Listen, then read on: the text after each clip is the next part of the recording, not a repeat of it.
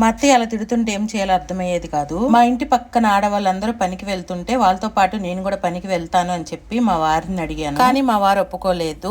మరి అందరం ఇంటి దగ్గర ఉంటే ఎలా జరుగుతుంది, అందరం కలిసి పని చేసుకుంటేనే కదా ఇల్లు గడిచేది అని చెప్పేసి నేను అడిగాను. నేనే పనికి వెళ్తాను, నువ్వు పనికి వెళ్ళొద్దు అని చెప్పేసి అన్నారు. పని ఉన్నప్పుడు మా వారు వెళ్ళలేదు. మా వారు పనికి వెళ్తే పని దొరికేది. మా తెనాలిలో అప్పడాలు చాలా ఫేమస్ తయారు చేయడం. లేడీస్ అందరూ ఎక్కువగా ఆ పనికే వెళ్తారు. మా ఆడపడుచుని పనికి వెళ్ళు, నువ్వు వెళ్ళి నేర్చుకుంటే నీతో పాటు నేను కూడా చేస్తాను, అప్పుడు అన్నయ్య ఏమన్నాడు, మన ఇద్దరం పని చేస్తే అని చెప్పేసి అని అడిగాను. నేను చెప్పినప్పుడు పనికి వెళ్ళేది, కాకపోతే ఒక గంట తర్వాత మళ్ళీ ఇంటికి వచ్చేసేది. ఏంటి అప్పుడే వచ్చేసామని అడిగితే నాకు తలకాయ నొప్పిగా ఉంది, నేను పనికి వెళ్ళను అనేది. చిన్నప్పటి నుంచి అమ్మాయి పని దొంగే. ఇంకా మా వారు పనున్న రోజు వెళ్ళేవారు, పని లేని రోజు ఇంటి దగ్గర ఉండేవారు. అయినా కూడా కొంచెం కష్టంగానే గడిచేది.